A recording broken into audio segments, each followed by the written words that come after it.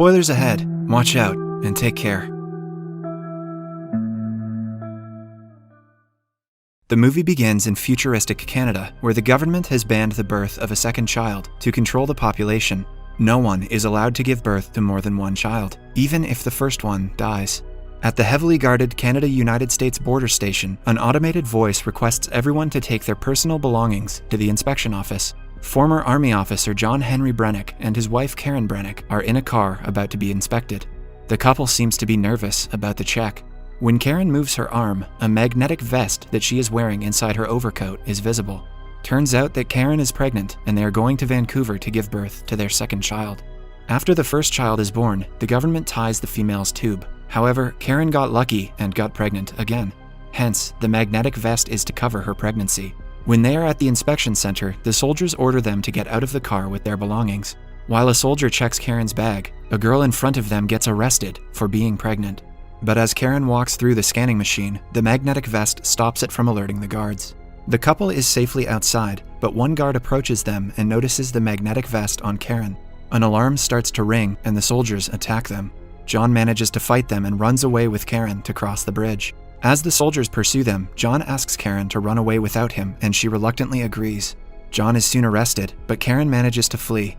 In the following scene, we see John and other prisoners like him in a vehicle being taken to a prison called the Fortress.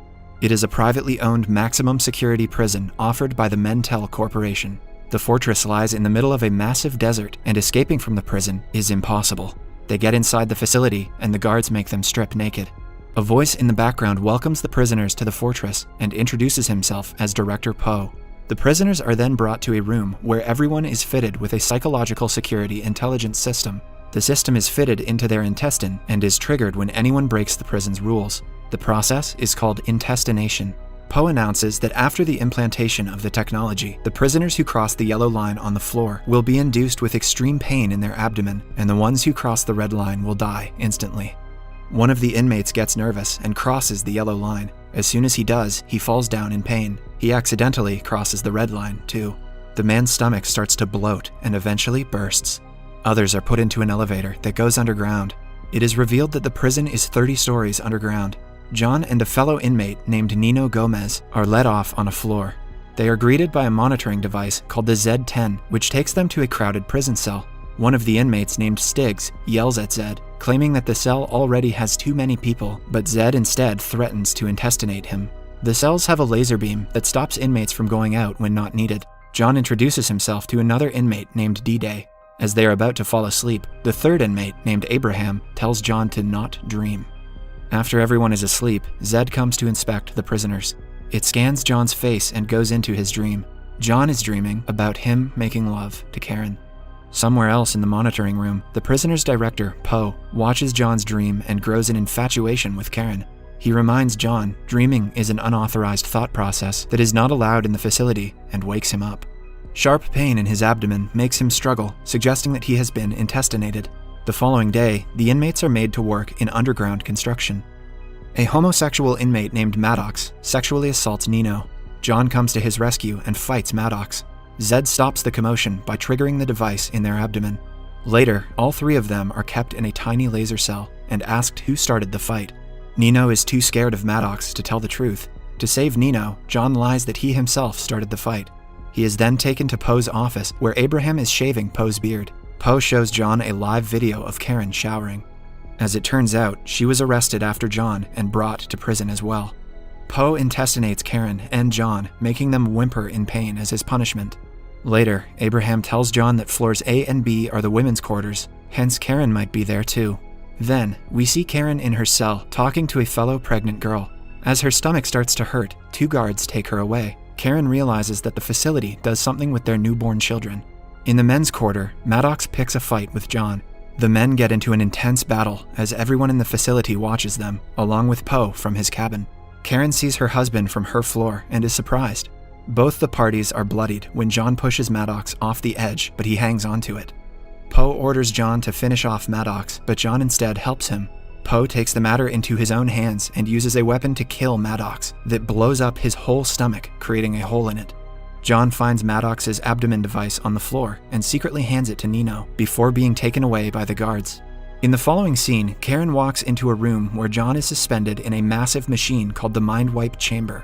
Poe has sent her to ask John to cooperate with them. They talk for a while, but the guards drag her out soon after. The machine starts to move along with John making him hallucinate. This is his punishment for not obeying Director Poe's order to kill Maddox. John's brain slowly starts to break down as he sees his time at the military, his wedding day, and so on. After 3 days, Poe invites Karen to his chamber. He is surprised that John has lasted this long, as the maximum someone has ever lasted on the machine is an hour. He offers Karen to let John free if she stays with him at his chamber as his companion. With no choice left, Karen agrees. When John returns to his cell, he is completely brain dead. He doesn't talk to anyone and has become completely numb to pain. Karen has started to live with Poe. One night, she wakes up to see Poe in a chair attached to several wires. As it turns out, he was modified to be an advanced human. He doesn't sleep or eat, but intakes amino acids once a month. The same happens with all the children born in the prison. They go through several procedures to be turned into advanced humans so that one day, mankind can be free of overpopulation and starvation. Poe is one of the first babies to be experimented upon. Karen is shocked by the information. 4 months pass and John has still not recovered. Abraham tells him that Karen's belly is finally showing and his baby will be born into the world soon. John doesn't react, but sheds a single tear. That night, Karen tricks Poe into drinking alcohol, which makes him pass out. She uses the control panel to control John's dream, in which she sees the kid version of John trapped in a pit. She brings him back out of the pit, bringing the real John back into consciousness. His inmate friends are shocked and happy to have him back. John asks Abraham to help him escape the prison with Karen. Abraham is skeptical, but agrees to do it for John anyway. Abraham tells Karen about John's recovery. She is over the moon about her plan working. She claims that she can help him with the escape and starts to devise a plan. Later, Nino hands John the device he had gotten from Maddox's body. Their inmate friend, D-Day, used to be a computer geek before coming to prison. He offers to take the device apart and study it.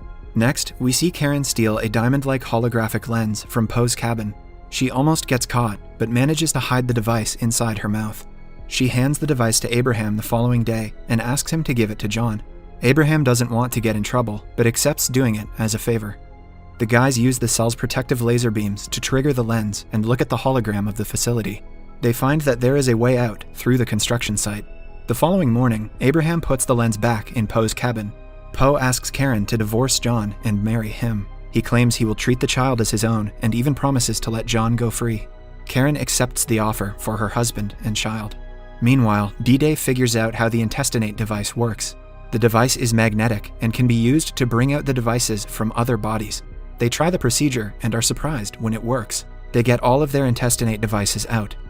The following day, Poe is alerted by Zed to look through the security camera footage where he sees Karen stealing the lens and Abraham putting it back. He is angered to see he has been betrayed, but Zed informs him that he has been dismissed because of his carelessness. Meanwhile, the boys put their plan into action. They attach their intestinate devices to a metal pipe in the construction area and pose as if they are fighting. As Zed finds out about the fight, it triggers the intestinates, causing them to explode. This creates a way for them to escape through the pipe, but Poe activates the steam valves and sends hot gas into the pipes to keep them trapped. He also activates the strike clones, who start firing at the group from inside the facility. They are stuck in the pipe now. One of the inmates, Stiggs, panics and tries to go into the facility again, but the clones shoot him dead.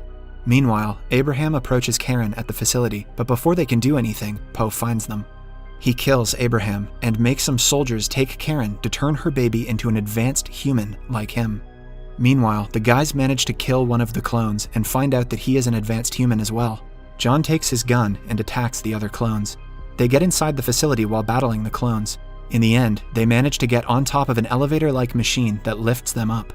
Everyone in the prison cheers for them when they see them escaping.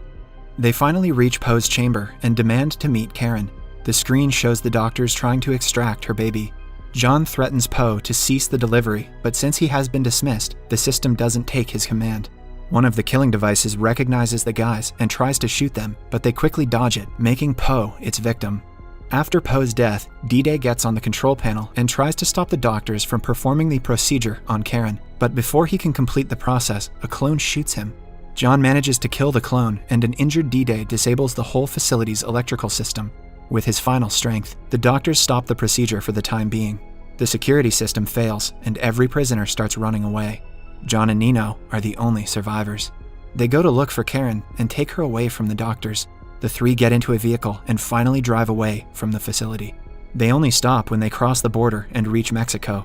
Karen is about to give birth in a shed when the vehicle they drove in starts to move on its own. As it turns out, it is still being controlled by the facility. It hits Nino and kills him. John goes out to fight the vehicle as Karen is in labor inside the shed. John attacks the vehicle with the weapon from earlier and explodes it, but the vehicle strikes the shed and Karen is buried in its remains. A distressed John looks for his wife and finds her safe nearby. She has a newborn baby in her hands. The movie ends as the two look at their kid in fascination. Subscribe for more videos like this, turn on notifications, and leave a like to help the channel out. Thank you for watching.